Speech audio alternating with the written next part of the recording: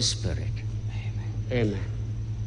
With the permission of Your Excellency, please resume to your seats. Your Excellency, Dr. William Samoei Ruto, President of the Republic of Kenya and the Commander-in-Chief of the Defense Forces, Mr. Moody Giro, the President, International Trade Unions Confederation, Mr. Kwasi, our General Secretary. We also wish to appreciate virtually the Prime Minister for Barbados, Her Excellency Mia Amor Motley, the Director General International Labour Organization, Mr. Gilbert, our own General Secretary, Brother Francis Atwoli, the Cabinet Secretary, distinguished ladies and gentlemen. Your Excellency, allow me to invite the Chairman General, Central Organization of Trade Unions, KOTU Kenya, Reverend Joel B., to make a welcome remark. Karibu, Joel B.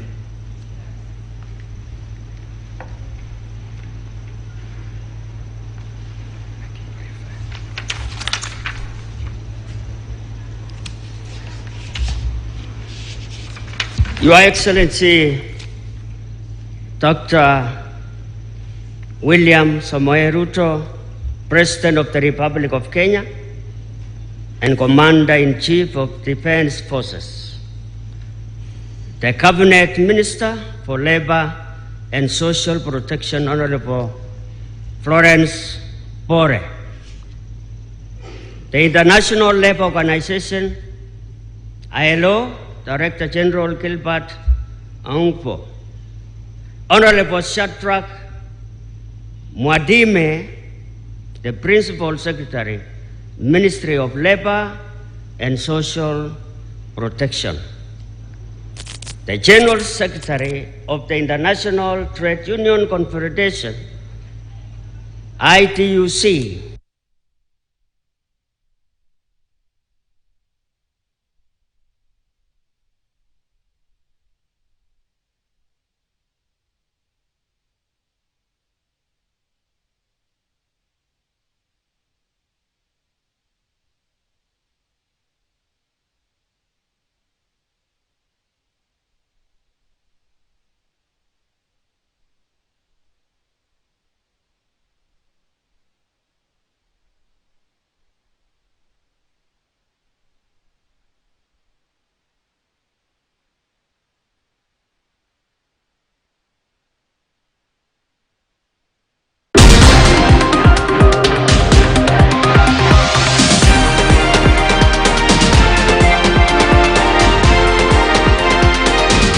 KTN News. Get the whole story. This festive season, see more on StarTimes. Enjoy 4 fantastic new channels to kick off the holiday spirit. Hey kids, jump on board for more laughter and adventure on Boeing. Wow, amazing! Explore the wonders of the world on the Discovery Channel. You'll be at the edge of your seat with the gripping intrigue of true crime stories on the ID Channel. Get some cake and a party hat as you enjoy live out loud lifestyle shows on fascinating families and heartwarming transformations on TLC. Renew your subscription today. Watch the big match, catch up on the news. Enjoy our new drama series Pink Ladies and the latest movies. Sing along to your favorite tunes to keep the good times rolling. See more, be more, do more. StarTimes. Enjoy digital life. You know, encouraging our youth to be active and innovative. And one of the ways of doing it is through sports. And sports is for the young people to come and play together. And you know, today, sports is the biggest employer in the world.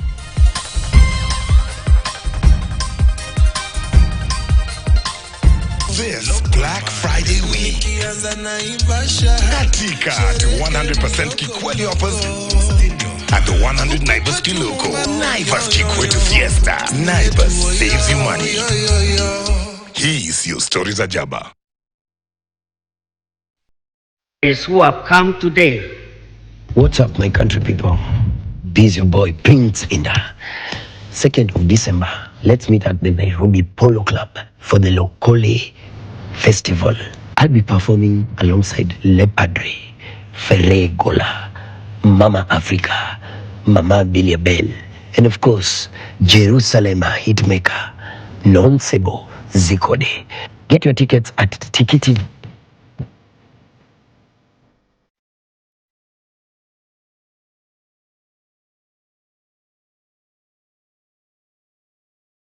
Don't you miss this.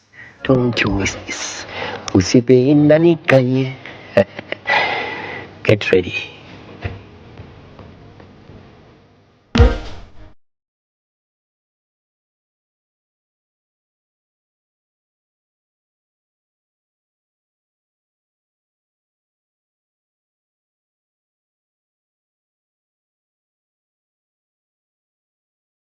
De la République, M. William Ruto, président de la République. Dr. William Ruto, the President of Kenya,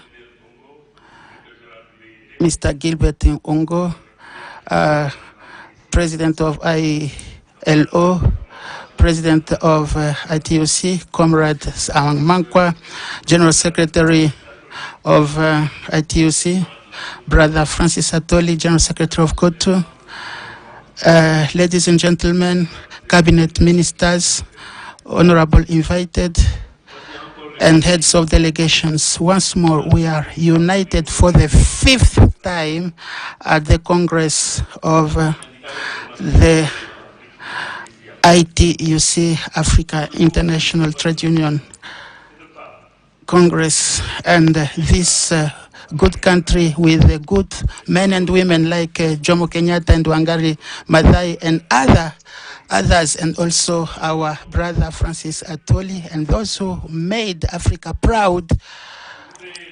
I would like to thank God the Almighty for giving us the strength and health so that we can attend this great meeting of African workers and to speak to you as the president of ITUC Africa. I would like to honor all the companions who left us in this time and renew the condolences to their respective families. I would like to thank the authorities of Kenya, first of all with His Excellency the President of the Republic, his government and the people of Kenya for accepting to receive this big meeting of workers of Africa and for facilitating us to have this, to organize this meeting, and also the host organization, KOTU, and its General Secretary, Brother Francis Atwoli, for a good organization and for receiving us since we came to this land of Kenya. To my comrades, General Secretaries of Trade Union Organizations, ITUC Africa, I don't find words to thank you and to express my deep gratitude for the confidence that you placed in me as the president of our African organization. I would like also to thank my brother Kwasi Amankwa, the General Secretary of ITUC Africa, for all the work that he did and all the sacrifices he made in order to let the voice of African workers to be heard in the world. I would like to thank all the partners who are here present and also the friends, trade unionists coming from everywhere, and those who came from Europe, and especially the director of ILO, Gilbert Ongo, and the General Secretary of ITUC Global. Your Excellency the President, dear comrades and delegates, from 2006 to 2023, our organizations gathering the workers in Africa so that we can have better working conditions in Africa, and so that we can also uphold human rights and extend education for all, the protection of the vulnerable people, especially those working in the informal sector, and also promote the advancement of the continent, for all the actions for the better living of people. Our organization also played a role in integration in climate change, good governance, and social activities are the basis. Everything that can be accepted by all the layers of the people. ITUC Africa would like to protect all these things on the continent, and those who attracted the attention of African government in order to come up with neoliberal policies so that people can work with policies of progress in order to have the promotion and decent employment for people. It's urgent that government of Africa should take measures for the future of the youth who took up to the ocean and through the desert, and they leave this continent which is very rich so that they can go elsewhere. They should know that things will change and the future has hope. We are convinced that Africa will change structurally, and this can only be done with Africans, governed by Africans, and we think that we can do better in good governance, fighting against corruption, promotion of democracy, upholding collective and individual rights, and take up challenges as we did with colonization, with the structural adjustment policies and different crises, financial, economic, and even the COVID-19 pandemic. Through the courage of the sons and daughters of Africa, they managed to absorb all the shocks on Africans. For example, the pandemic killed a lot of people, but our continent was resilient and had better results. Your Excellency, the President, honorable guests, ladies and gentlemen and delegates, despite all the work that we have done and the goodwill of African trade unions, we should have democratic republic so that we can see on the continent where we have tensions with the resurgence of rebels and the jihadists, and we don't find solutions for the employment of the youth because Africa is not industrialized. We don't find solution to the management of our natural resources, and we were in the first rank in the fight for the consolidation of democracy and social justice. That's why we have this theme for the Congress, in this Congress, and our theme is we have to renew the trade union movement in Africa for the progress of Africa, better Africa, unite for better Africa. And today we have Amka Africa, meaning Wake Up Africa. And we can see that our organization, when it chooses the theme for the development of the continent, so that Africa cannot be seen as the continent of misery and poverty and underemployment and underdevelopment. We want Africa, as the writer Birago Job said, that good tree which is splendid, which is growing up again, and so that the fruit can give the savor of liberty. End of quote. Your Excellency, distinguished invited comrades, delegates, this Congress, whose theme is Rise Up Africa. Rise Up Africa is important for the fight of organization because we have reached the maturity to to meet the expectations of workers of Africa and the work of Africa, so that they can speak with the same voice through our regional organizations. That is the organization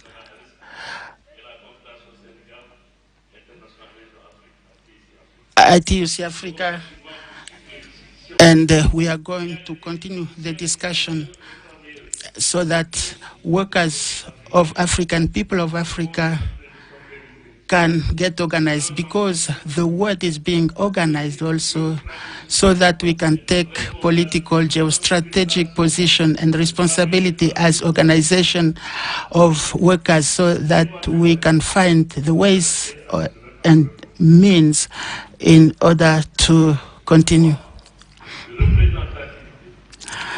For representativity at the African Union and international organizations, we should also accompany the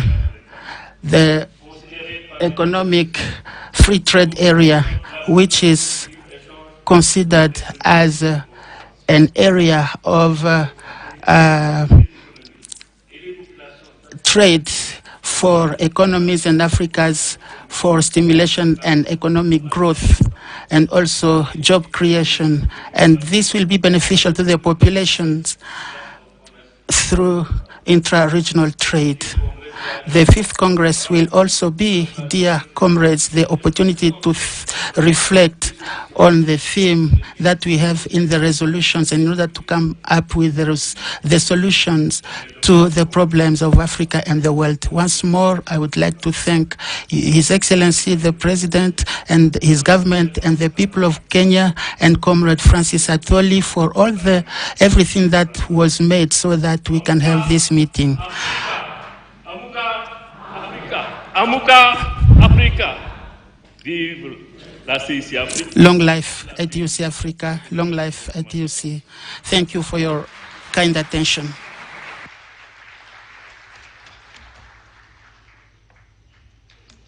Thank you so much, Mr. Mudigiro. Your Excellency, sir, allow me to invite Mr. Luke Triangle, the General Secretary ITUC, to make his brief remarks. Welcome, GS.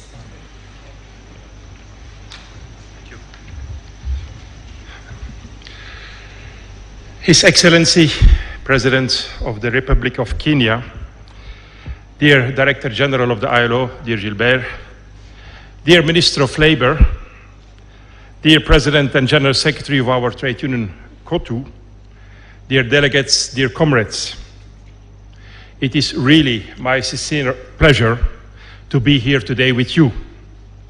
And it's also for many of you the first time that I can meet you in person after so many meetings in the last months and year online. I first would like to thank the Republic of Kenya and our affiliate COTU for their hospitality. And I do that also on behalf of all the foreign delegates that are here, and which are also very pleased to be here. We also thank you for the organization of this important conference, bringing all African trade unionists together is an important event for this continent. And let me start by presenting to all the trade unionists in this room, and we are all trade unionists, to present you a win.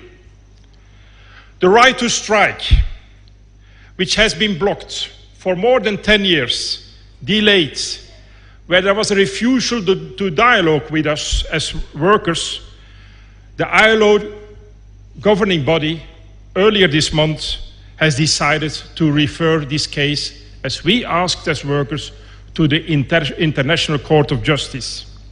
This is a win, because it is fundamental that the right to strike is seen as an integral part of the ILO Convention 87 on the freedom of association. There is no freedom of association without the right to strike. The right to strike is fundamental, and it has brought us where we are today.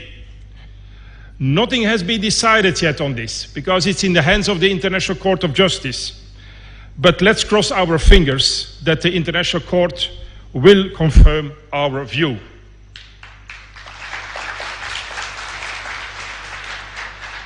And I want to raise a second point, which is of great concern to all of us. The basis for a fair and equal society is under threat. And that basis is called democracy. Recent reports confirm that democracy is on decline. We see everywhere in the world, also on this continent, a rise of extremism and some politicians that want to divide societies by putting people up against each other. Democracy is where we as trade unions stand for. Respect for human rights, equality, freedom of real free elections, right for minorities and much more. All core values for us. Today these values are under attack. We see a rise of autocracies and in several countries no real free elections anymore, no respect for the voice of people. Unfortunately, this decline in democracy goes hand in hand with the decline of workers' rights and trade union rights. We are the largest social movement in the world. We are also the largest defenders of democracy. Being the largest movement defending democracy, we are unfortunately also the first targets of those that want to destroy democracy. We are their biggest opponents. They target us and workers first. And we must fight for democracy, because fighting for democracy is fighting for workers' rights and trade union rights. That's also why we as ITUC will launch a campaign for democracy. And our General Council that will meet in December, we will propose to decide on that there. And now I will continue a little bit in French. Troisième, Amuka Africa. Thirdly, Amuka Africa. Two words that say a lot on the work that await ITUC and the trade union movement of Africa to face various challenges that Africa is confronting. And in this world that we are knowing so many challenges, you'll never do this work alone. You will receive the support of the whole international movement of trade unions. Yes, as a trade unions, you have the duty to act and give to this continent is the first place in the continent, in the world. And we know that this continent have got resources, youth, who are well educated and have a lot of potential. So this is not it is not acceptable that half of the population lie in poverty and most countries receive few in terms of revenues. Wake up, Africa. Amka Africa. Yes, it is time for Africa to take up the challenge, as it is well said in the declaration of this Congress. This is a fight and partnership, and this is necessary, and we should be fighting together at same level of to make sure that the social justice will be there, because Africa needs to receive what it deserves based on its contribution to the world.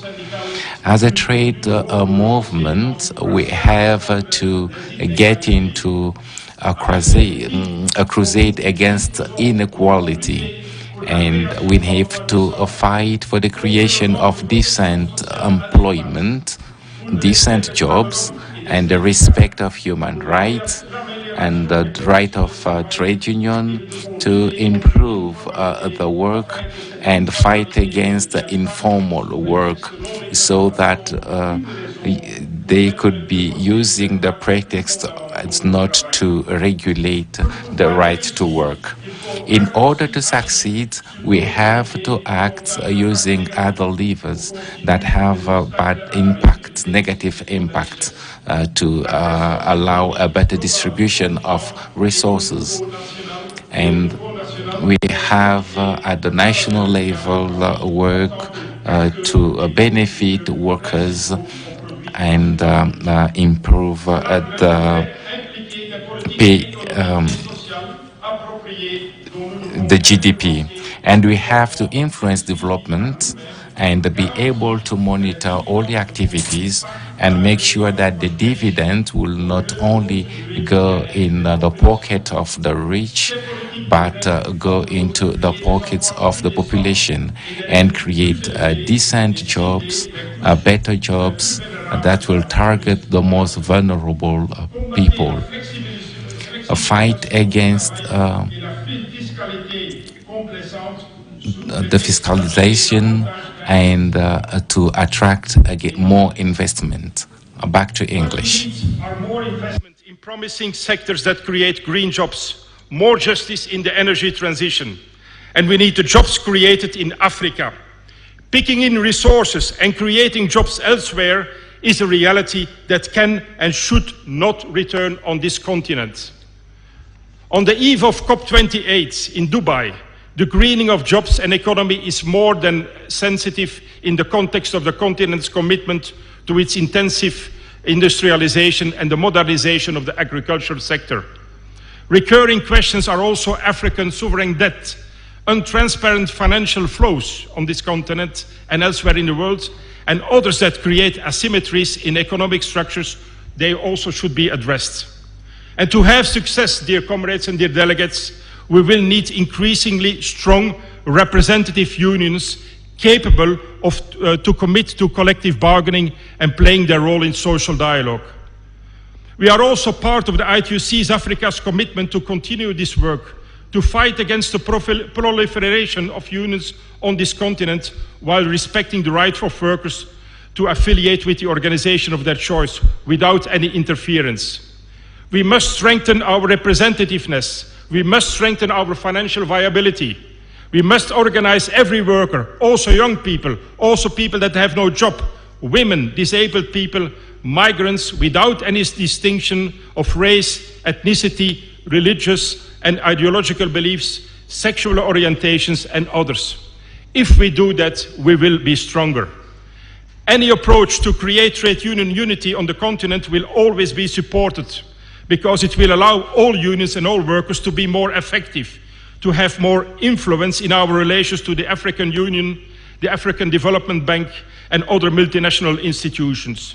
It will make us stronger to the UN 2030 agenda and its SDGs. It will make us stronger in our work in the ILO, the organization that has a very important place in our work and in our hearts. Gilbert, you have the support of all of us in your daily work. Congress members and distinguished guests, thank you for the invitation, the good organization, and the excellent quality of the welcome from the host country, Kenya. All that remains for me to do is to wish you and us together a good, peaceful Congress and fruitful debates. I have your continent in my heart. Let's work together for a strong ITUC Africa and a strong ITUC worldwide. Africa, asante sana. Thank you.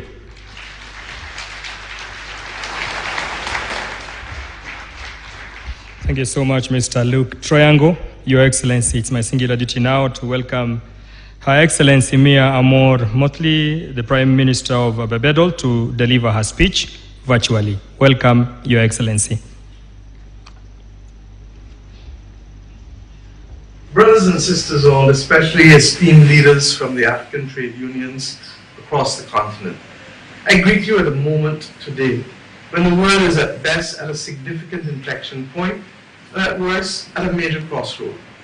Recently, I've taken to saying that we're living in the age of superlatives, and you've just seen it as I have. The news channels and social media timelines are filled with them, the hottest ever, the highest ever, the lowest ever, the strongest ever. Their story headlines reeled off a litany of superlatives connected to truly worrying statistics that speak to catastrophic rises in atmospheric and ocean temperature, reductions in natural habitats and animal species, and increases in the prevalence of poverty and inequality, and unprecedented levels of national debt and cost of living for too many of our people. When I combine this with the war and the social unrest across the world, I must admit that sometimes it is challenging even for an eternal optimist such as myself to see a silver lining. Yet, despite these challenges and causes for deep concern, there is one superlative that fills me with the most optimism about our planet's future, and that is the youngest. Africa, the cradle of civilization, is now home to most of the world's young people. So much has, can, and must be said about the debilitating impact and legacy of unjust and exploitative colonial rule. And truthfully, so much can and must be said about self-imposed burdens across our own continent and regions as it relates to conflict of our very own people. We have and always can do better, but now is not the time for that conversation, which must take place at some point, and indeed for the accompanying solutions that are required by us. But today I want to address you not just as a head of government, but as a believer in the capacity and undeniable spirit of resilience that defines the journey of the African on the continent and in the diaspora. I address you today as a believer in African people, inventors, creators, makers of all things, leaders, builders, nurturers, all of these things that have made a definable difference, but above all else, as workers. My friends, Africa is young and rising, but you know that. And it is my fundamental belief that the entire planet will surely benefit from what is about to happen in Africa over the next few decades. In order for Africa, however, to truly rise and to uplift the lives of its people, and in doing so positively to impact the world across all continents, as I believe it has the potential to do, there must be an urgent and strategic focus placed on converting Africa's age dividend, its demographic dividend, into the fuel for economic expansion and growth that we need it to be. With over 12 million young Africans entering the labour market each and every year, policies and systems need to be built to see the training, empowerment and creation of new high-quality job opportunities for its young workers. And this is why Africa and the world needs you, my brothers and sisters, as trade unionists, to bridge the gap between African policymakers and the private sector. In our own country, the tripartite arrangement between labour and the private sector has made a definable difference to the quality and character of our development. When others told me that we could not impose a minimum wage in the middle of a COVID-19 pandemic, we said absolutely not. We are not going to agree with you. Because at the very time that our workers need protection is when we must step up to give it to them. And hence, we took the decision, even though it was inconvenient to both government and the private sector so to do, recognizing that at times of great instability, when you impose that floor below which nobody should fall, is when it is most needed to ensure that we protect the most vulnerable amongst us. To convert Africa's population wealth into socio-economic wealth, Africa also needs industrial growth on scale. And without scale, there can be no real transformation. While Africa can be well proud of the success stories of entities like M-Pesa and Andela, I'm talking about a scale of growth driven by the creation of hundreds of new companies and millions of new jobs, respecting that flow for workers that I just spoke about. Those jobs in manufacturing, hospitality, clean energy, creative industries, finance, and of course digital technology, servicing not only the needs of Africa, but servicing the needs of the world, when 1 in every 4 persons in a few decades will be African. I'm talking about a scale of growth that will see Africa not only playing catch up, but setting the pace and carving its mark in the 4th Industrial Revolution. However, my brothers and sisters, this economic growth would come to naught if it didn't directly uplift the lives and conditions of tens of millions of families across the continent. That's why I talk about the floor. That's why we need to educate our kids that wealth is not just cash in hand, but the ability to transfer it from one generation to the next and to be able to uplift as we do so. Beyond economic and technological strides, the vision of Africa rising heralds a social transformation. Gender parity initiatives are gaining momentum, and women are claiming their space in the workforce. Education as a cornerstone of social progress and transformation is critical for the creation of a vast number of skilled workers. As leaders of labor unions, your commitment to education and training and skills development is absolutely paramount in ensuring that our workers and their children are not just participants, but drivers of this global economy. As leaders of labor unions, you're not just witnesses, but you are the architects, or as we would say in our anthem, the firm craftsmen of your fate. You are the architects of this movement, steering your workforce towards a future of shared prosperity. And by extension, if you do so with your numbers, it must inevitably have an impact on the condition of workers across the globe, even outside of Africa. Together, with a shared vision and unyielding determination, let us continue building a continent where economic growth is inclusive, technology is a force for good, and social progress knows no bounds. And environmental sustainability, my friends, is our guiding star. Africa is not just rising for itself, but its rise will make the world a better place for all. And that is why I continue to refer always to the nurturing nature that is the power of Africa as the cradle of civilization. My hope is that Africa Rising is not a mere proclamation, but a collective promise that we make together to reach new heights and to uplift the lives of African people on the continent, in the diaspora, indeed everywhere. And not just for us alone, but by extension, to ensure that just as you have been the cradle of civilization, you will be the one that helps stabilize the planet and its biodiversity everywhere. Thank you.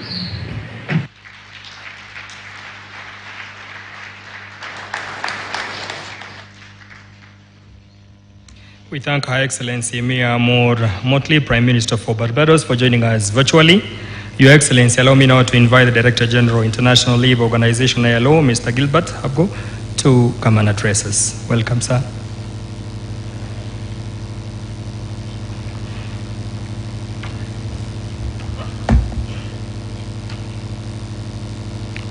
Excellency President William Ruto, President of the Republic of Kenya, Cabinet Secretary for Labour and Social Protection, Honorable Florence Bo,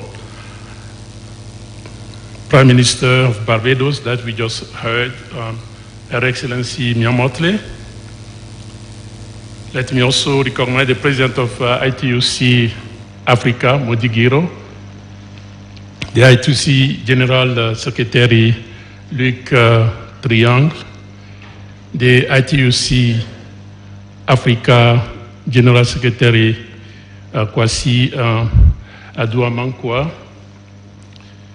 Let me also recognize the Secretary General of Kotu Kenya, Francis Atwoli.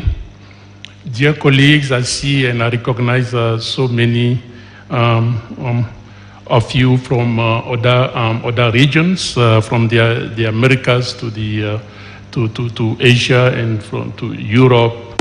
I'm tempted to say welcome to Africa, but let me start by sincerely express my deepest gratitude to President Ruto, to the government and the people of Kenya for their hospitality for the whole week in welcoming all of us for this Congress. I would like to specifically thank President Ruto for the special attention attached to the social agenda, to the industrial relation, as witnessed by his presence not only with us today, but also with us in June during the International Labour Conference. Dear delegate, since this is the first time that I have the opportunity as Director General of being with all of you from the continent, let me thank you sincerely from the bottom of my heart for the decisive role that the African trade union movement has played in my election as Director General of the ILO.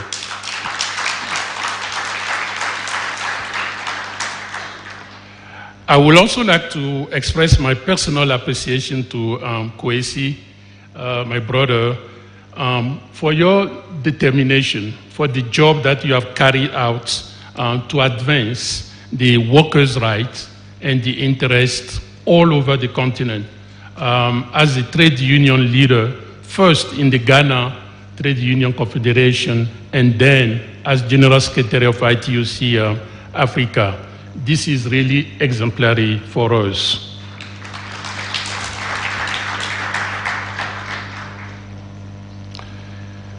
Dear colleagues, the theme of your Congress, AMCA Africa, Wake Up Africa, echoes the common desire of organized labor and the ILO to address the many contemporary challenges facing African labor market. And these include climate change, these include globalization, these include technological development, demographic shift, and also geopolitical tensions fueled by conflict and unfortunately by wars.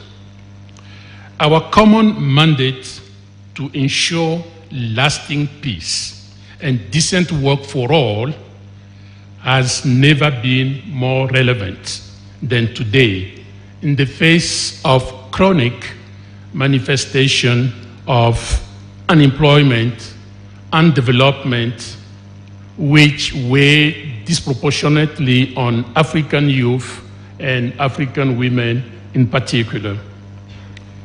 Combating poor working conditions, combating poverty, combating inequality, and increasing informalization remain key priorities. We also need to eradicate the scourge of child labor from the continent. Right now, 41% of children in Africa between the age of 5 and 14 are involved in economic activities. And this got to stop. We owe our children a better future. Addressing these difficult challenges requires new perspective and a renewed commitment from African government to engage in social dialogue with our social partners. And talking about our social partners, I would like to recognize Jackie Mungo. I didn't see you, so I didn't recognize you at the beginning. Thank you for being with us. It also calls for increased integration of economies. The ILO therefore commits to ensuring that the African Continental Free Trade Agreement becomes the driving force for socio-economic transformation and increased opportunity for decent work.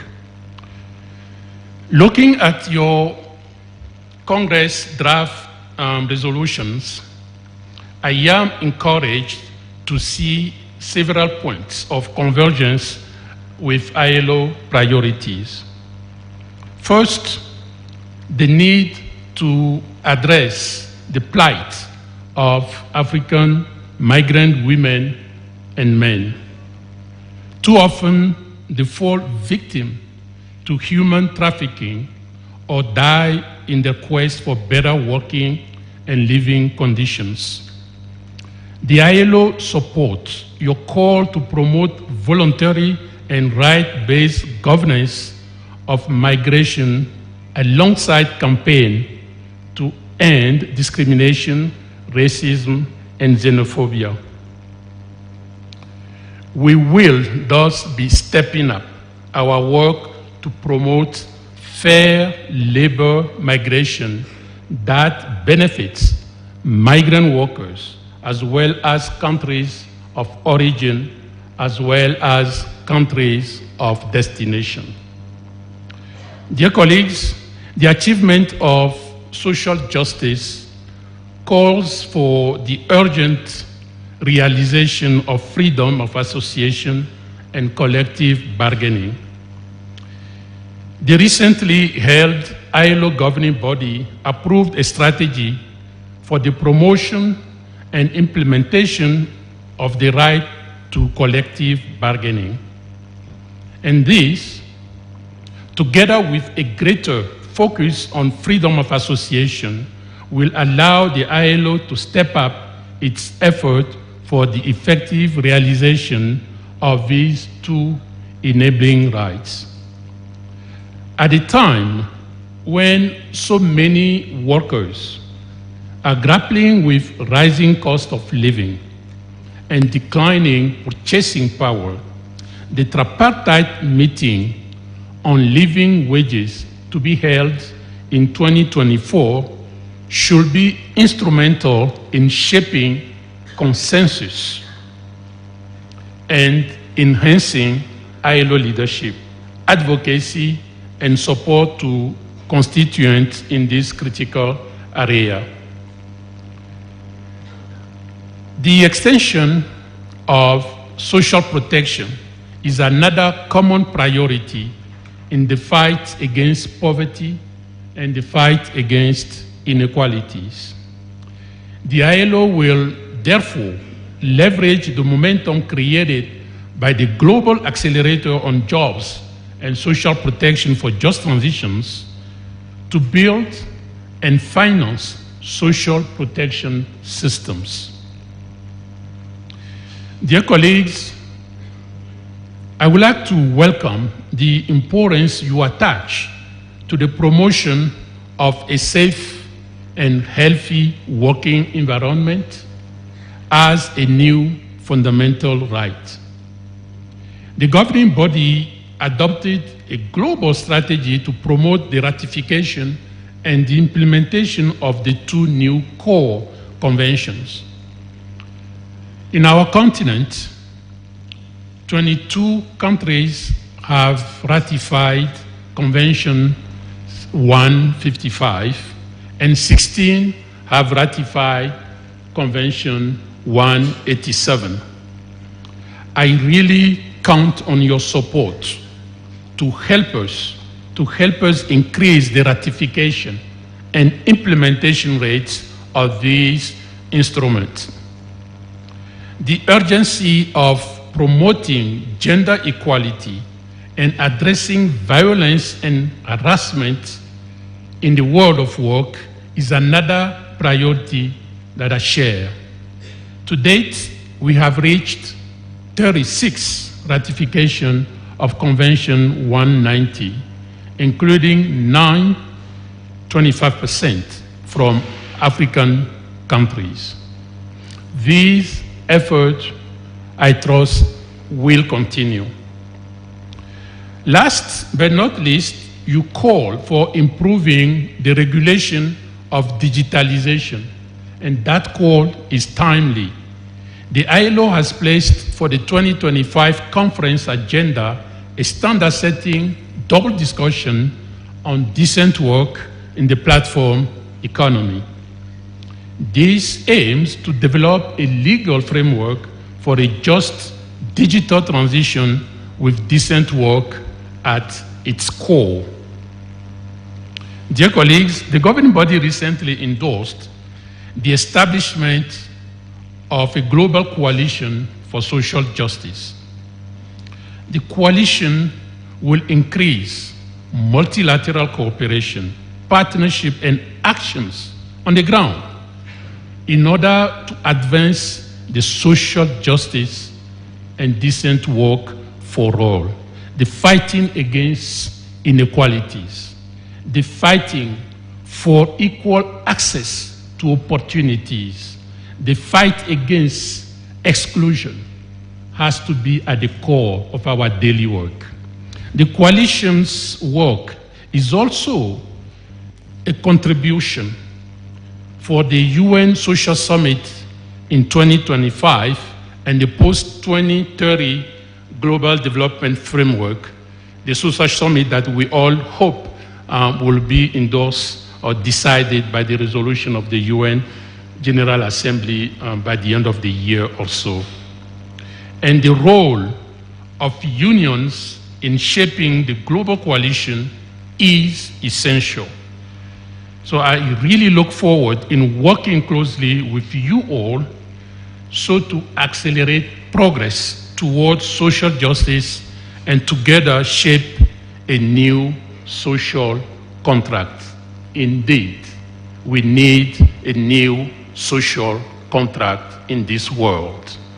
In closing, let me commend again the President of ITUC Africa, Modi Giro, and his General Secretary, Kwesi, alongside the team for a sterling contribution to the union movement.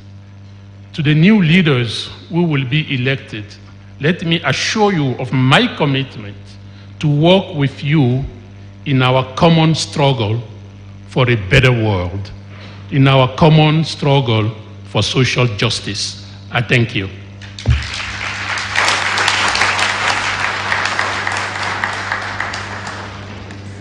Thank you so much, Director General ILO, Mr. Gilbert. Your Excellency, allow me to invite the Secretary General, Central Organization of Trade Union, Ndugu Francis Atwoli. Let's welcome Brother Francis Atwoli. Thank you very much, my brother.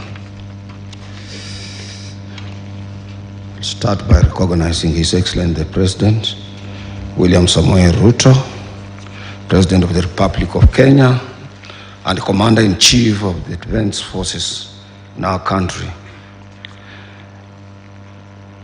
Her Excellency the Prime Minister of Barbados, Honorable Mia Motley, whom we have just listened to virtually. Our Cabinet Secretary for Labor and Social Protection, Sister Florence Bore, the International Labour Organization, Director General, Brother Gilbert Hogbo, the Director of the International Labour Organization, ACTRAF, Sister Maria Lena, Sister Jacqueline Mugo, who is with us here, Executive Director of the Federation of Kenya Employers, Brother Fred Redmond, Secretary Treasurer of the American Federation, or FLCI in brief, short, the General Secretary of the International Trade Union Confederation, Brother Luke Triangle, and the President of the International Trade Union Confederation African Region, Brother Modi Giro. My own brother that we have worked together, Brother Kwesi Adua-Mankwa, the General Secretary of our organization on this continent, ITUC. My brother, the General Secretary of the Organization of the African Trade Unions Unity, Brother Rizik Masood.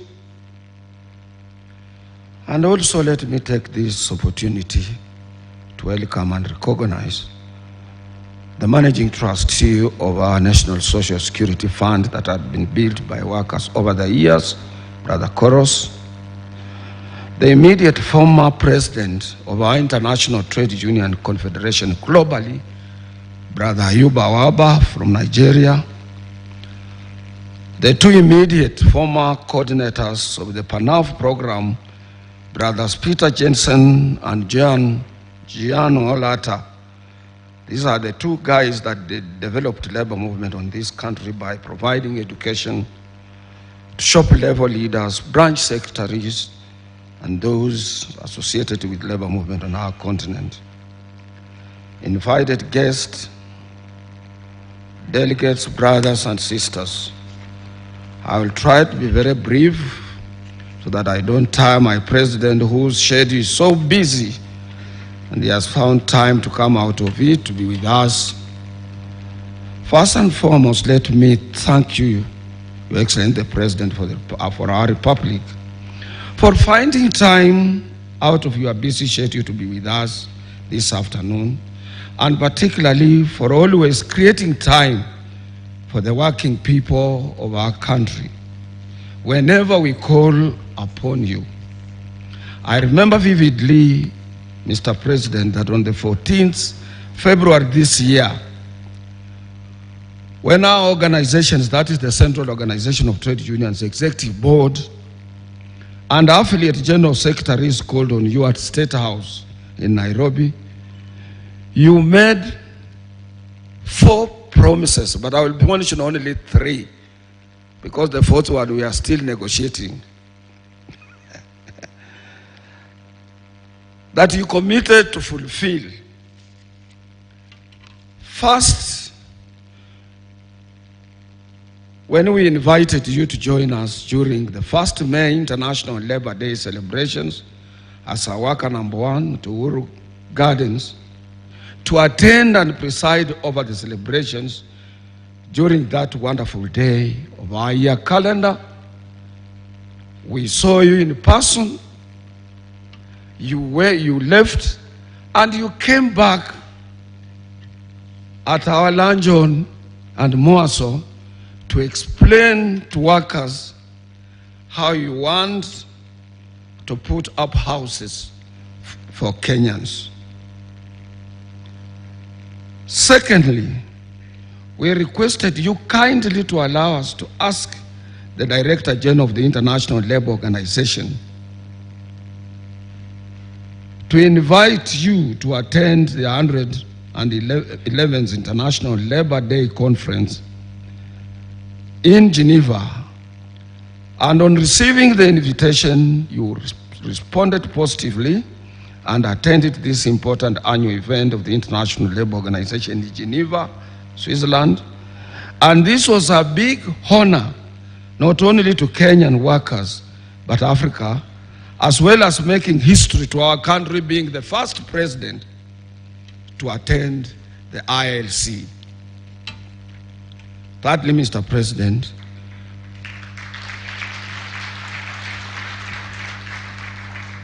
was our request for you to come and grace today's International Trade Union Confederation African Region Congress, 5th Congress.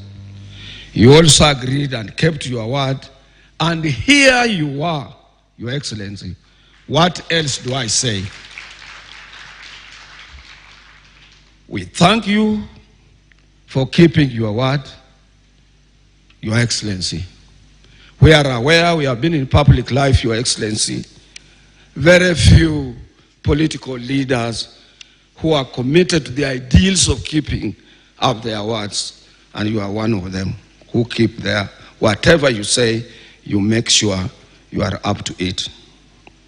Let me also take this opportunity, Mr. President, on behalf of Kenyan Trade Union Movement, to humbly welcome all delegates and guests to this important 5th African ITUC Congress in our country, Kenya, and I hope and trust that you will feel, my brothers and sisters, you will all feel comfort while here in this capital of our country, Nairobi. At the same time, let me take this opportunity to thank the government of His Excellency, the President, William Samoei Ruto, whom we are with here, to have waived any payment on visas. All of you, none of you paid any penny on a visa. And if there is any, here he is, you will be refunded your money. And let me tell you, it is his policy, and he has preached it everywhere on the continent, wherever he goes, that he wants Africa of free visas, so that he can be able to promote free movement of persons on this continent, free trade amongst ourselves, to promote intertrade and ease flow of communication on our continent. That is part of what he has been preaching. We thank you for these bold steps, Mr. President, and continue preaching this. For example, we in the East African community, we don't require somebody visiting Uganda and he has a visa from Uganda or Tanzania or Rwanda or Burundi or Somalia now to come to Kenya and is being asked for another visa. In the same breath, Your Excellency, as a labor leaders, we can attest here today that you remain fearless leader who never shy away from receiving criticisms. Let me tell my colleagues to know that, considering that I personally, as Francis Atwoli, Secretary General of ITUC, for so many years, I have been one of your great critics, who before your election, I criticized you on every proposal you made to the electorate. But as a true Democrat in our democratic society, after your election, you said, you guy, come around, let's sit down, and we agreed to work together and promote workers and Kenyans' interests at large. That is a true reflection of a true democratic leader. When my colleagues all over the world, they were worried that, oh, maybe this will have to be what happens maybe elsewhere, you changed the narrative, it became positive, and you moved closer to us more than any other organization. And we thank you for that. And I think that is a very good example for the young generation and those who aspire to be leaders for the purposes of creating a united nation, a nation that cares about other leaders and respects the views of them, of whatever type from those who are opposed to them. You have also continued, not only that, you didn't stop there. You have also continued to engage workers always. You have given us audience to which we remain grateful as we equally continue championing for the aspirations of working men and women in our country. Most of people say, why is no court talking about the cost of living? Why court is not talking about issues related to taxation and so on? Why court is quiet when people are doing this? But I can assure you, and here the president is, I have time and again engaged the president. He has given us his side of his story, and we have given him our side of story. And we have given ourselves time bound that we expect things to change. I remember when I took over our organization, there were a lot of problems. That is the Central Organization of Trade Unions. It could not afford a ticket, even of one guest or a delegate or whatever. But I can assure you, President, that our organization is one of the powerful organizations on the continent of Africa. And as you see us here, for my brothers and my sisters, we have hosted them as Central Organization of Trade Unions. And this is it shows maturity and more committed leadership to an organization that is able to host brothers and sisters in magnitude numbers as those that you can witness here. This is what also some of our colleagues stand for, like Nigerian Labour Congress, Ghana TUC, and so many other trade unions on the continent do. It's not only KOTU, but we also emulate our brothers from elsewhere, including Senegal, where Brother Mudi Giro comes from. Your Excellency, you extended us this honor by appointing me recently as a member of the Health Insurance Authority to be part of the teams that is spearheading social health reforms in our country. And your government is putting in place some mechanism to make sure that we have a working workers and Kenyans health insurance for all. Let me tell you something, Your Excellency. You might think that is small. We do appreciate. It has been to my dream. And I want to tell those, I wish those who are in my age bracket, and say from 40 years or 35 years now, up to where I am. If you close that door there and you ask your police officers to carry out inspection in our pockets and in our handbags and extend it to our rooms or our cars, you will be required to have cartons and cartons to fill the tablets of the medicines, capsules, and what type of medicines that these people work with.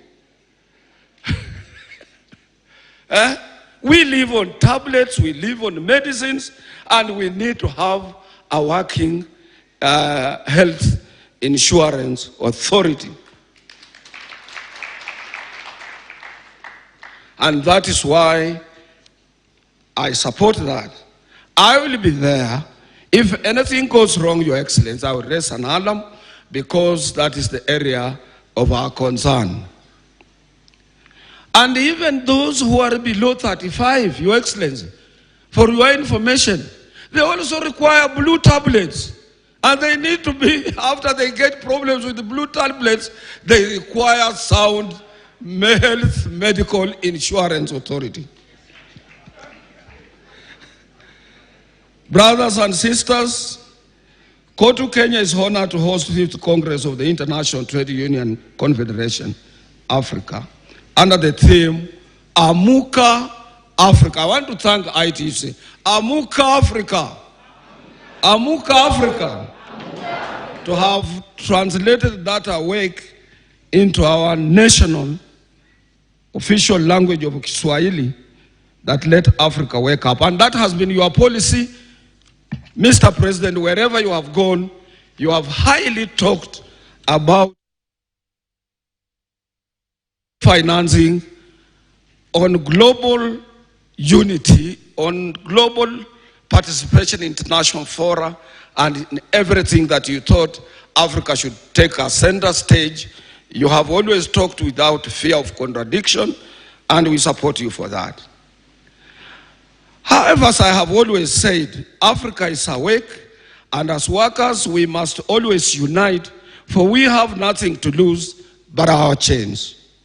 In the pursuit of a brighter future for our workers, we must acknowledge the pressing need to build skills across the African continent, because our workforce deserves the opportunity to thrive in an era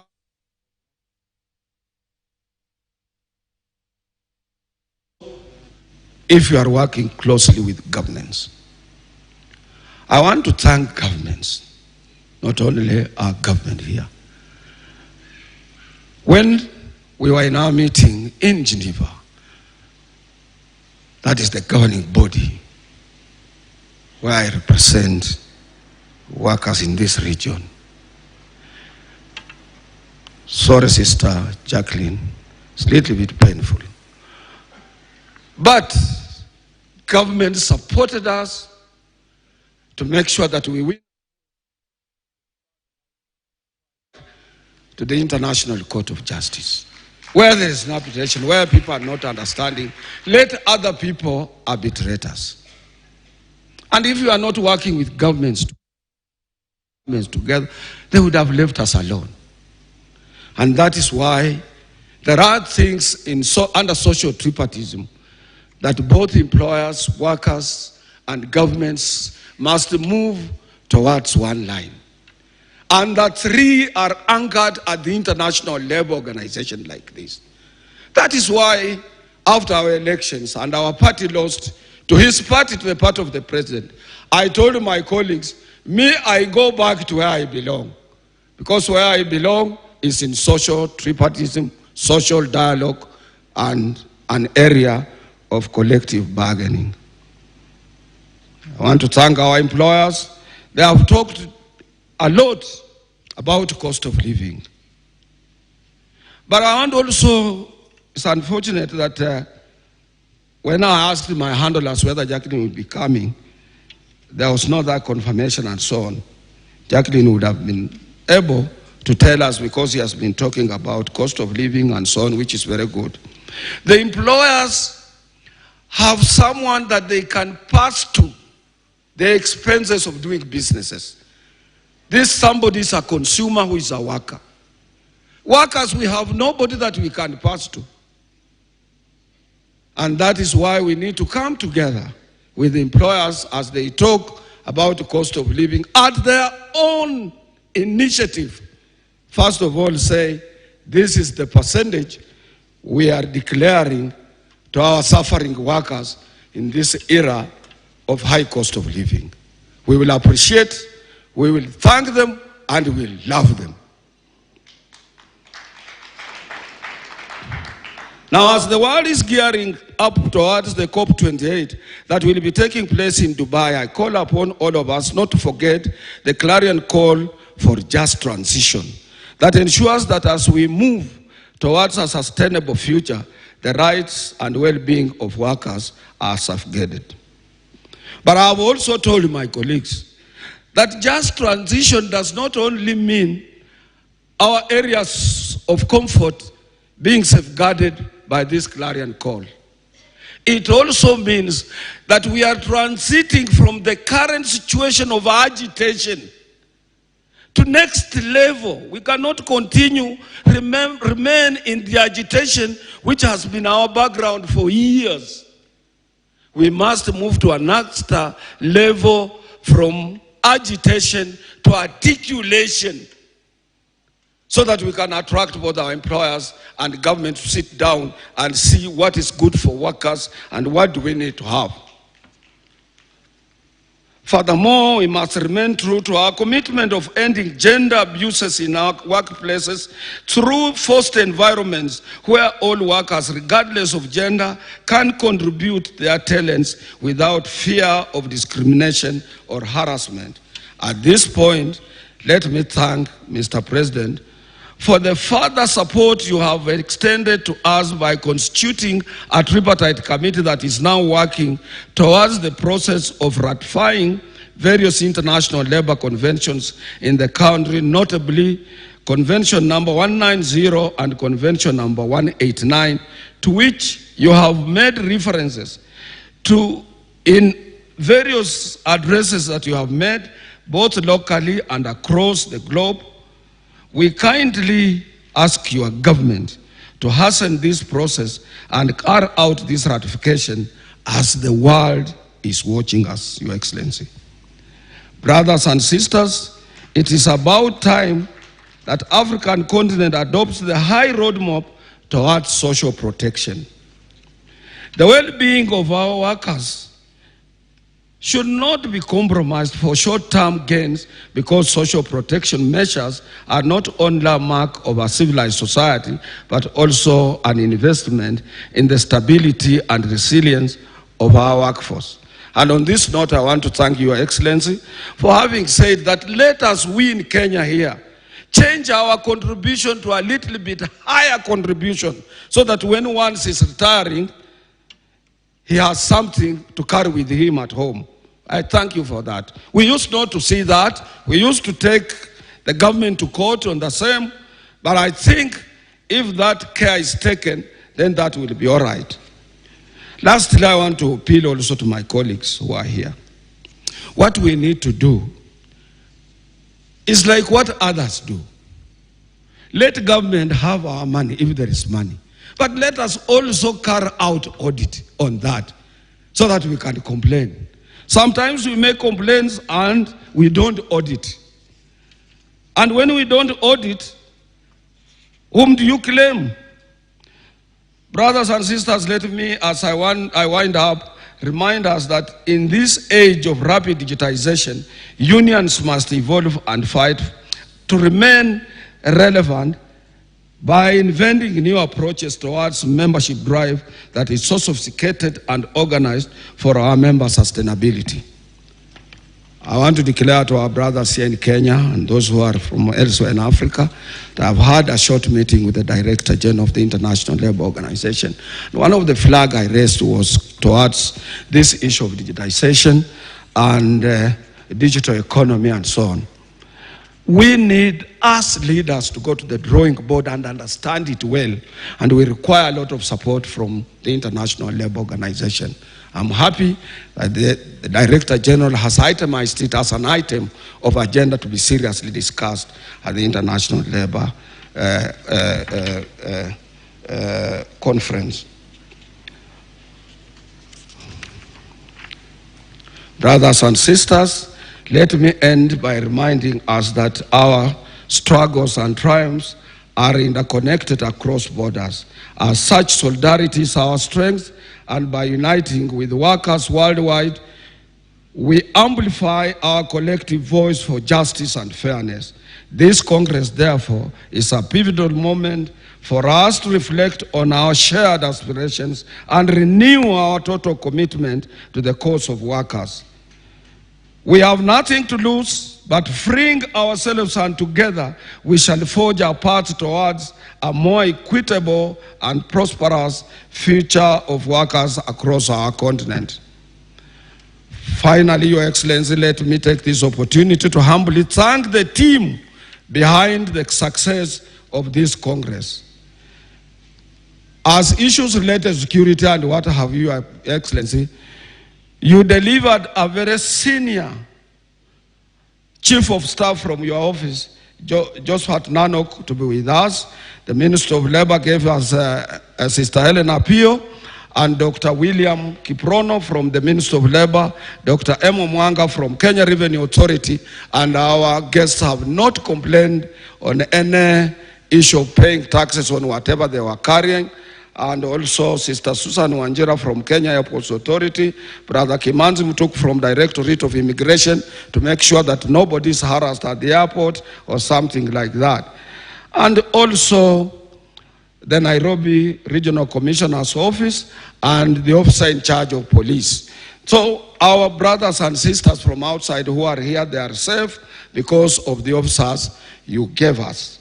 Lastly, I want to thank my own deputy because they are organizing this workshop when I'm in the GB in Geneva. Brother Benson Okwaro, the chairman of the function, Brother Albert Njeru, together with the colleagues, Reverend Joel Kandie Chebi, Brother Ernest Nadome, as well as Sisters Rebecca Nyatagora, Sister Rosso Mamu, and the entire COTU staff. And I want you to continue doing that good job until we will see our brothers and sisters off. And the medical center must be around, Brother Barasa, we must make sure that whoever becomes sick is attended to immediately. I want to thank you, and I want to thank you, President, once again for finding time to be with us. I know there are a lot of important factions that you skipped because of us. And may God bless you. Asante sana ndugu Francis Atwoli, waziri, karibu.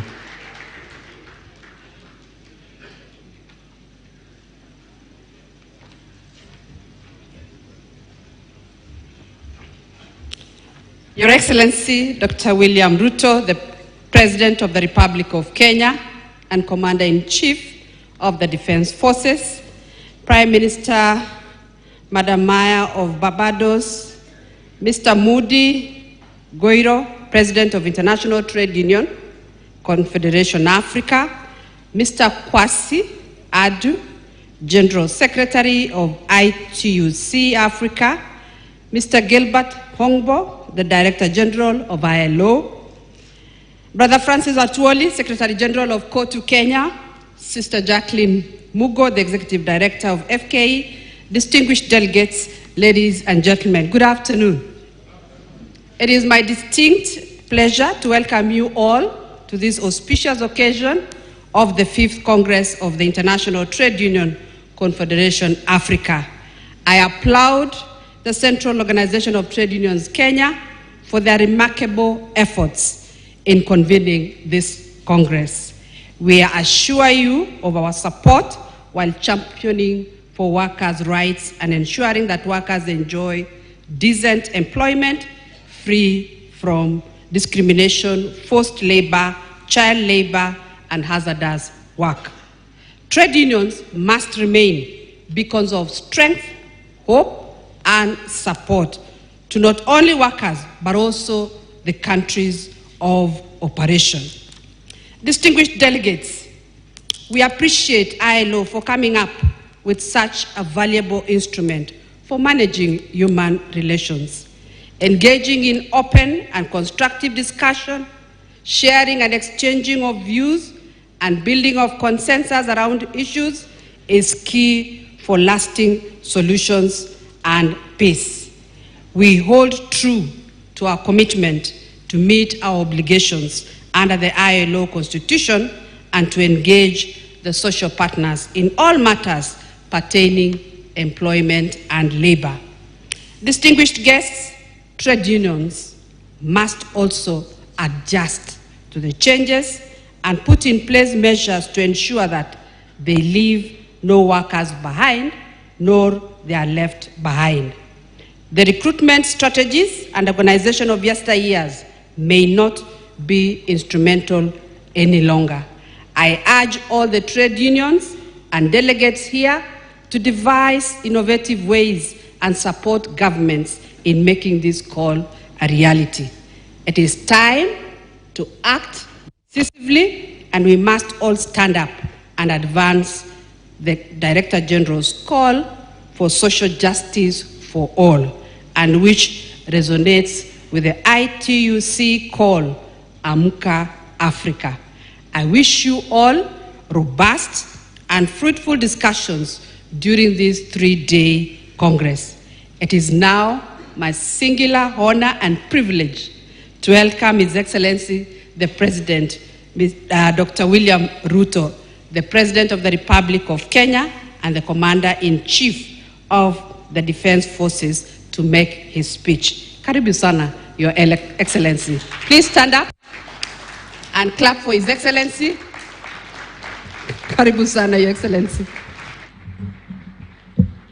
Thank you very much. You may take your seats.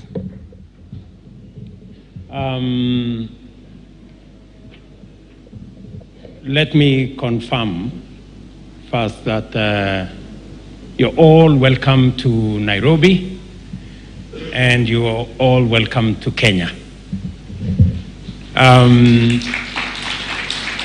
Mr. Gilbert Hobo, Director General of the International Labour Organization, Mr. Kwasi Adu Amankwa, General Secretary of ITUC Africa, Brother Moody, Gairo, President of ITUC Africa, Sister Martha Molema, Deputy President, ITUC Africa, my good friend Francis Atwoli, Secretary General of KOTU in Kenya, my dear sister Jacqueline Mugo, the CEO of FKE, Federation of Kenya Employers, distinguished guests, ladies and gentlemen, good afternoon and welcome to Nairobi.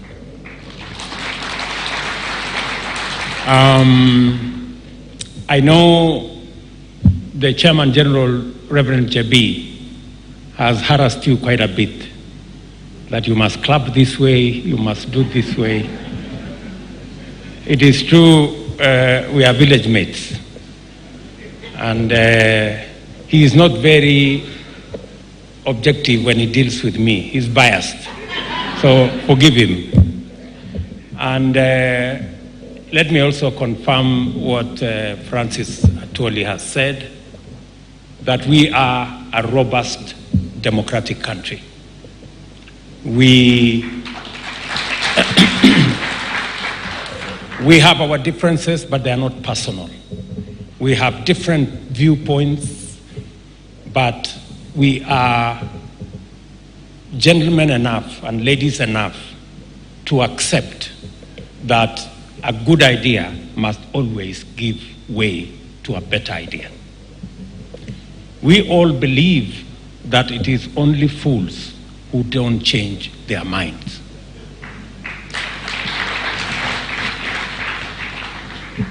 And that is why I am delighted to join you at this 5th Congress of the International Trade Union Confederation in Africa, and deeply honored to have this opportunity to address this very auspicious gathering. Before I proceed, I take this opportunity to welcome you all to our country, Kenya, and to our capital city of Nairobi. We are very hospitable people who take our moral and cultural duty of welcoming our visitors very, very seriously. Besides, this country hosts archaeological sites that have been acclaimed globally as the cradle of humankind. So every visitor who comes to Kenya from everywhere, Europe, America, Asia, the rest of this continent, when they come to Kenya, they are coming home. So welcome home.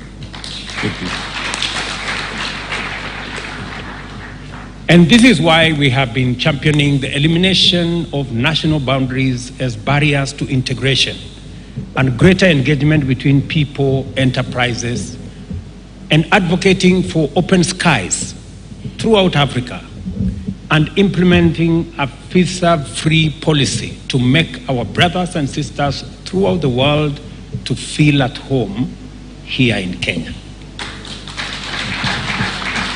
Additionally, Kenya is a delightful tourist attraction in every aspect.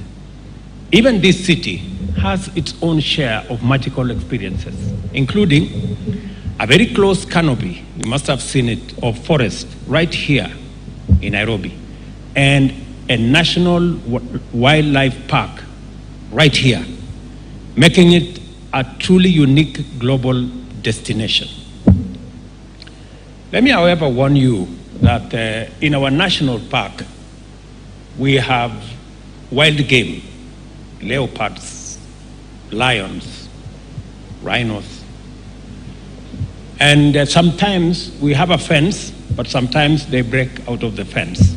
So when you do your morning walk, you might find a lion. Please be careful. They are not tamed, they are wild. And I hope you will find time to enjoy magical Kenya in her full splendor. Karibuni sana, Kenya. Thank you very much, Brother Francis Atwoli, for your invitation and for your many kind words. It is indeed true that I have been available and ready to participate in matters pertaining to Kenyan workers, and I've honored your invitations to be with you at important events. But remember, Francis, you didn't say everything. Maybe I will add on that too.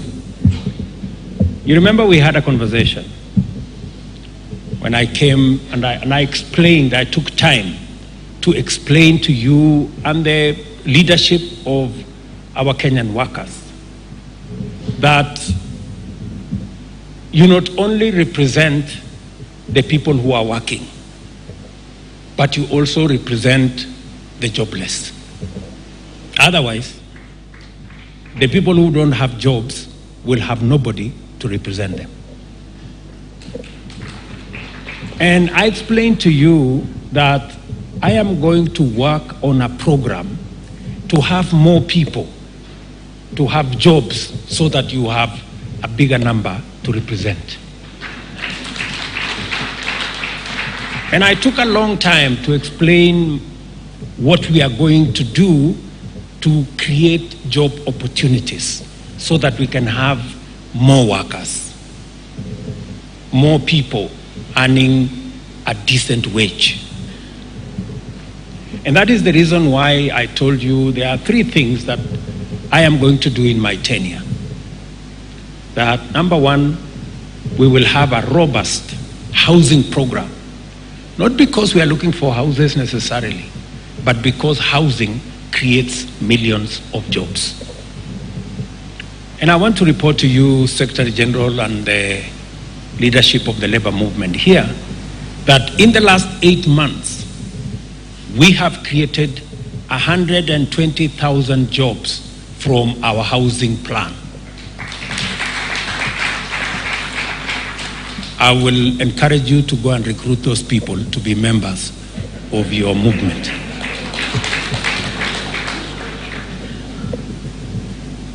Number 2, we are also going to create more jobs around the digital space, the technology space.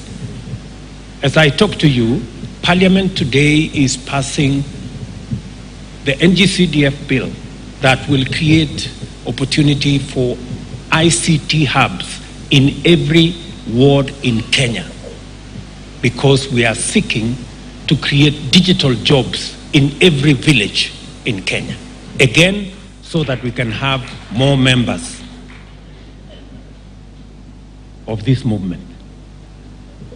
And number three, I was having a conversation with the Director General, and he was explaining to me how he found a conversation in Berlin about Kenya's engagement with the German government on bilateral labor agreement that will facilitate more Kenyans to work in Germany as we work on our bilateral labor agreements, so that we can make the labor or migrant workers not a problem but a solution. So again, we are working in that space to increase the number of people, whether they are working locally, whether they are working in foreign, and whether they are working in remote locations. The whole concept is to create more workers, so that because Kenya is a country of workers. So that commitment I have made, and as I told you, I have kept that commitment. We now have 120,000, and my plan is that by 2027, you will have 500,000 people working. That is the plan. I know the court have said we should go and readjust the law to make it aligned appropriately. That we are going to do, so that the 120,000 people can become 200,000 and can become 500,000 in the next 5 years. Because if we don't engage these people in productive work, they will become a very big challenge to all of us.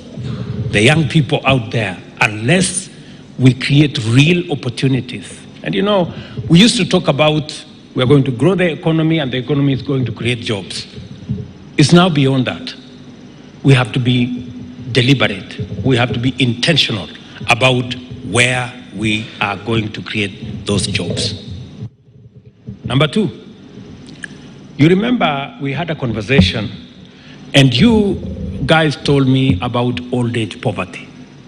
And you gave me very stark and serious statistics. You told me how Kenya is not doing well. About, I think we are number 90 something. Uko karibu na mwisho. Yeah? And I promise you that we are going to work together. And I must also commend Francis Atwoli, that even though we were on different sides of the political divide, but when there was time to put the country ahead of personal interest, he did that. Because we were in court, and I must commend also Jacqueline, we were in court, all of us, arguing about should we continue paying 200 shillings as our contribution to our social, our NSSF. And it wasn't make sense. It wasn't making sense. So finally, we've all agreed that we need a percentage of our salary. The good news, my good brother Atwoli and the COTU movement and my good sister Jacqueline, is that today we have increased by about 450% our contribution to social security. In fact, we are going to double the money that we are saving at NSSF in the next 4.5 years. We will have doubled the money we have collected for 60 years. We are going to double it in just 4.5 years. That is how transformative things become when leaders work together. And that is why I believe in tripartism. It works best when employers, when workers, and when governments work together. I was very pleased to meet Luca earlier. Luca Triangle. Sorry, I gave you the other name. And I was fascinated by his name until he came to talk here, and his first point was about people striking. So I started to wonder, has this man come to organize a strike in Nairobi? But Atwoli told me, no, he's just talking about the principle. So I said, okay. But let me say, Luca, you are welcome to Kenya, and your name is very fascinating. The reason for this is that our governing mandate, which is based on the bottom-up economic transformation agenda, identifies the radical enhancement of productivity of labor as the engine for our nation's economic takeoff. The best way to stimulate economic vigor, increase incomes, enhance savings, and promote investment is by focusing on men and women who work. The only way to reduce poverty and inequality is by attending to workers and their well-being. Our country is not short of people who work hard. The gap that exists is that of making sure that adequate arrangements exist to ensure that workers have decent jobs, safe and dignified working environment, a fair regime of income and remuneration which rewards skill and productivity, a robust social support including healthcare and dignified retirement, and a macroeconomic environment which effectively manages the cost of living through sustainable interventions and especially support for greater production. And it is the same, I made a commitment that we are going to enhance our productivity and our production, especially in agriculture. I'm very happy that this year our agricultural production has gone up by 40% because of the interventions we are making, so that we can walk the journey in real numbers of reducing the cost of living. You remember I also promised you that health is not going to be a preserve and is not going to be a luxury for those who can afford. Our universal health coverage this time round is going to take care of those who can afford and is going to make sure that those who cannot afford are carried along by government spending on them. It is also very clear that our bottom-up economic transformation agenda is also a radically pro-labor and boldly worker-centric program of action aimed at creating millions of jobs and lifting tens of millions of Kenyans out of poverty into the middle class. Every intervention, as I have enumerated, under the priority sectors, which form the pillars of our plan, testifies to this. We are therefore highly committed and interested in sustaining a dynamic relationship with the leadership of the national labor movement in order to keep abreast of the aspirations and of our workers and the most salient concerns as it pertains to their development and their well-being. I also congratulate you for your successful effort to host this Congress, which is a tremendous honor for our country and which demonstrates your vision for the labor movement, commitment to serve workers throughout the continent, and your highly developed networking and consensus building credentials. Our bottom-up economic transformation agenda is not worker-centric by accident. Kenya is a workers' country. Our freedom struggle is closely tied with the struggle by Africans for freedom to work in safety and dignity, whether on their land or in industries and other places. Given that colonialism based on forced labor was slavery in all but name, our freedom struggle was always about the fundamental right of Africans to have their personal dignity honored and their economic productivity acknowledged. This is why our foremost celebrated freedom fighters were also labor union leaders and activists, and you know that. Today, we are governed under a constitution which not only identifies human dignity, equity, social justice, inclusiveness, and equality among our national values and principles of governance, it also recognizes labor relations and social security as human rights and fundamental freedoms.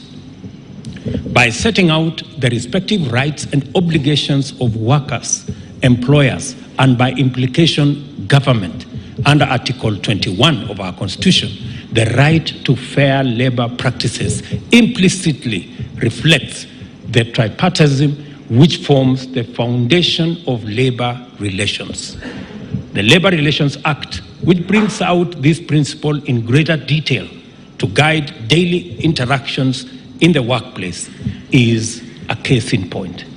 It is clear, then, that social dialogue and tripartism are fundamental for sound industrial relations reflected in robust collective bargaining agreements and similar instruments, and critical to the realization of the bottom-up economic transformation agenda in terms of social justice, job creation, and the rapid attainment of shared prosperity among us Kenyans. With 87 registered trade unions in active operation, it is evident that Kenya recognizes the place of trade unions in defining our national character as a people who are not afraid to work their way to freedom and prosperity. We are, above all things, a nation at work. This being the case, we are fully seized of our mandate to advance the social dialogue agenda in honor of the solidarity with which our labor movement has promoted, sustained, and defended our freedom and our development. Measures like the full implementation of the NSSF Act 2013 was certainly overdue, requiring urgent action in order to guarantee dignified retirement for workers and the protection of retirees from old age poverty, as I have enumerated earlier. It is important that our social security regime attains a standard that exceeds the minimum established by the International Labour Organization under Convention number 102 of 1952. And I think we are heading there. Our determination to actualize the best standards of worker protection and welfare has inspired us to endeavor to align our labor policy framework with all international labor standards that have been ratified by Kenya, including the upgrading of our occupational safety and health, as well as work injury benefits regime. As we do this, we urge closer collaboration with the International Training Center for International Labour Organization for purposes of benchmarking and capacity building in order to make our labor movements responsive, dynamic, and effective. The work done so far in the education and health sector points to a promising future for social dialogue and greater improvement in terms of promoting alternative dispute resolution to ease the burden on the employment and labor relations courts system. We have launched the third generation County Decent Work Program, which is our basic policy framework for the International Labour Organization's Global Jobs Pact 209. We believe that decent jobs lie at the heart of human well-being, economic transformation, and overall prosperity. It is logical, therefore, that this program therefore drives social dialogue to promote the actualization of our bottom-up economic transformation agenda. I'm encouraged by the labor movement's attention to the activity in the area of climate action and fully agree with your proposition that a just transition must consider the socio-economic interests of communities in formulating policies in response to climate change and ensure that workers are not disproportionately prejudiced by mitigation and adaptation measures.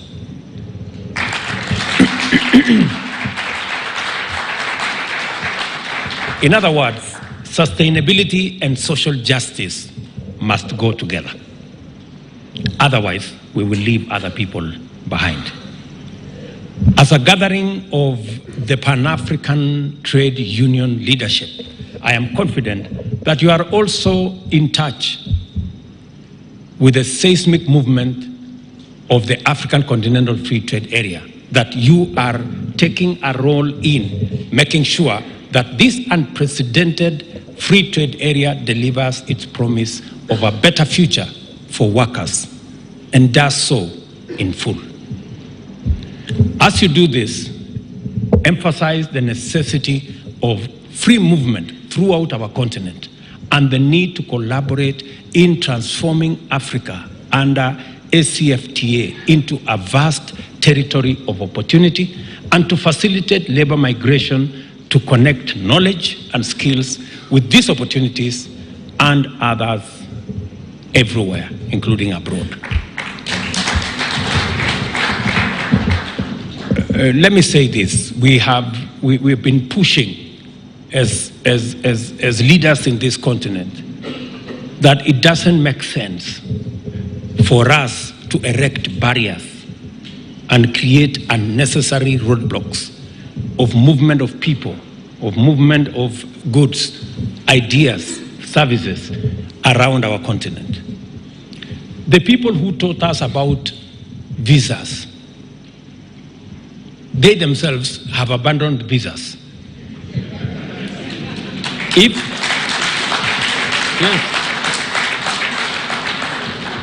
If you go to Europe, where we learned about this visa thing, Europe today, 27 countries, 450 million people have abandoned visa amongst themselves. We in Africa are still struggling with visas. You are blocking this guy from coming, you are blocking this state from coming, you are doing that.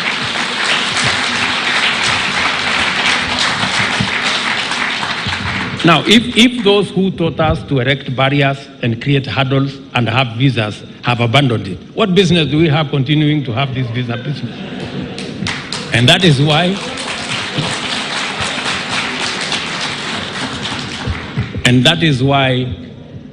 by the end of this year, none of you will require a visa to come to Kenya.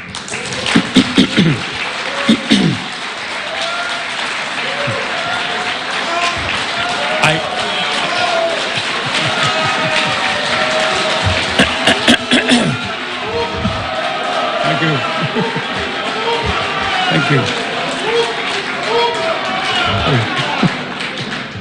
I know very well from my interactions with you that you are highly interested in the various unfolding scenarios in terms of technological advancement and how they affect the future of work.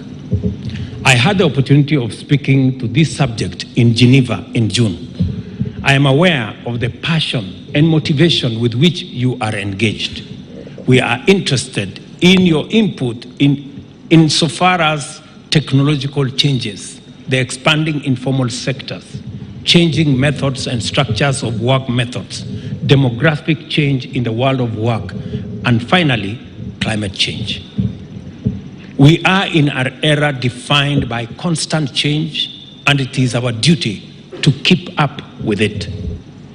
I am confident that this Congress will live up to expectations by driving workers' agenda to the center of Pan-African economic transformation agenda, and I wish you a very successful time in Nairobi, great proceedings, and fruitful deliberations.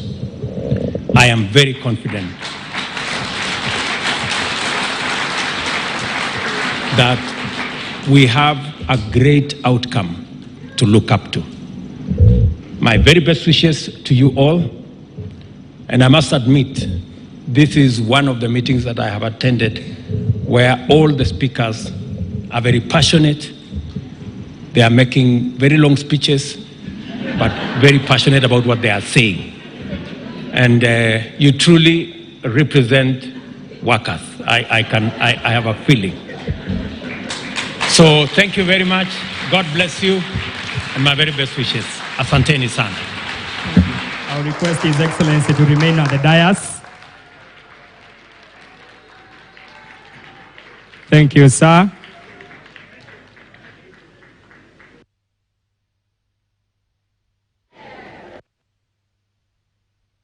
His Excellency at the dais, Your Excellency, sir. May we be seated kindly, Your Excellency.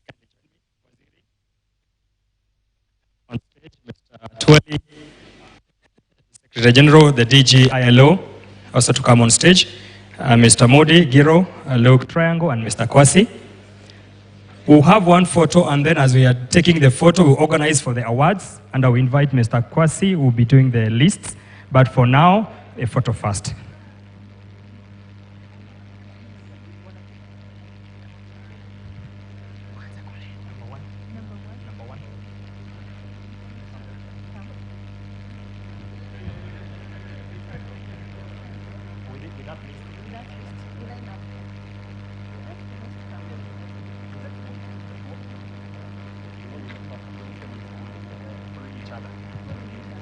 So thank you so much. We are done. I will invite Mr. Kwasi kindly to take lead at the awards as they are being awarded by His Excellency.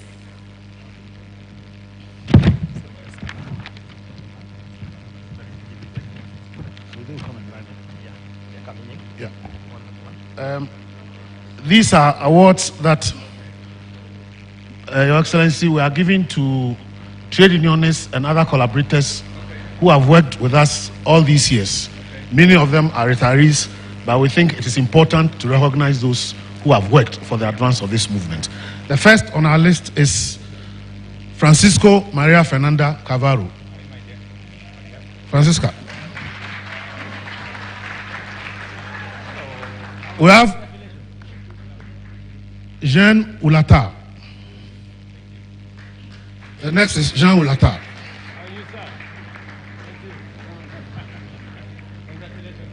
We have Zunon Emmanuel from Benin as the next one. How are you? Thank you. Congratulations, my friend. Pascal Tojinu.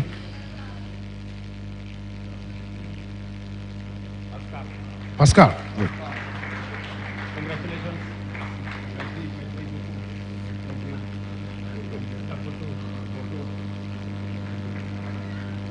Memunata Sisi. Congratulations, my dear. Thank you very much. Kabore Paul Nobila.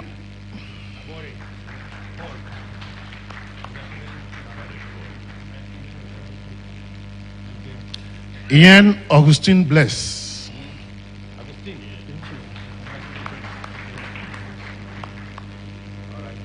Angelique Kipolo. Angelique.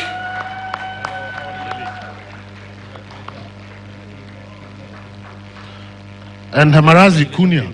Félicitations. Dan Kunia. Done.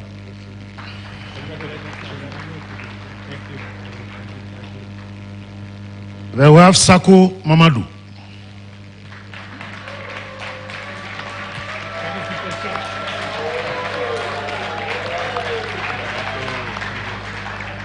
We have Ayuba Waba.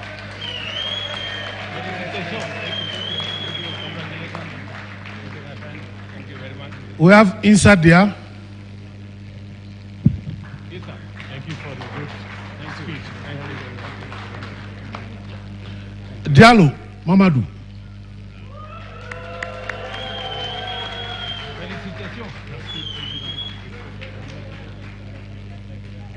Becky Zakaria Shali.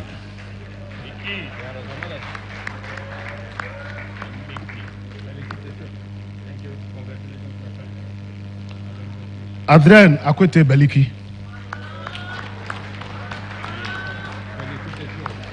We have Muneko Austin.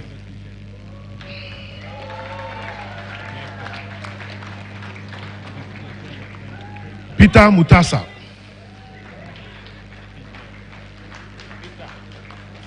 We have Peter Johnson. Peter Johnson. I know I speak correct.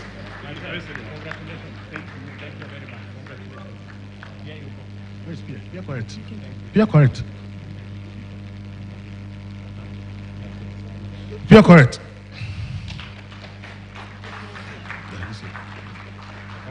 No, that's the last one. Thank you so much, Your Excellency. Our request now, we'll have a photo with the entire team of the awardees. I will invite them once again on stage as they display their award. Welcome, Your Excellency. Let's appreciate the awardees for the good job they've been doing.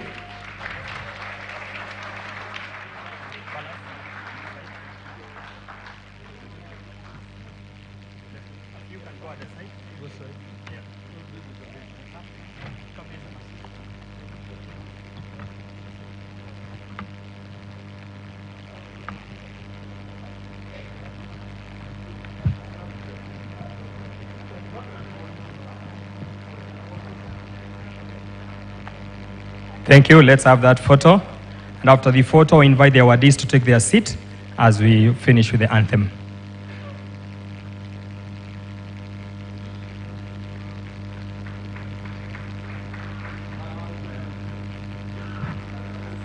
A lot of applause for the awardees, ladies and gentlemen. Thank you. Thank you so much. I will invite them now to resume to their seats. Awardees, we can resume to our seats. Let's appreciate the awardees, ladies and gentlemen, once again.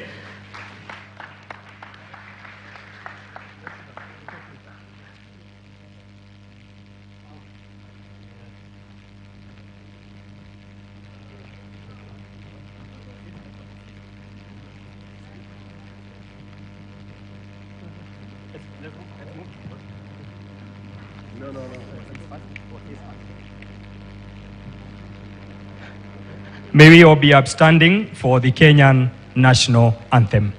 May we be upstanding?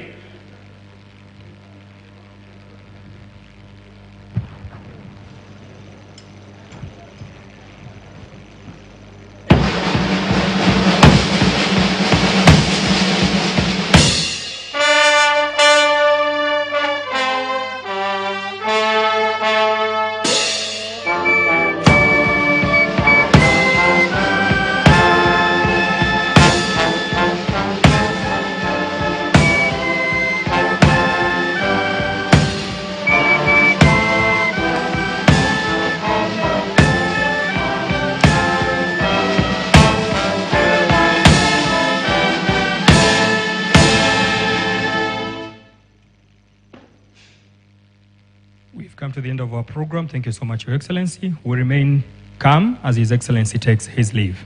Thank you, sir.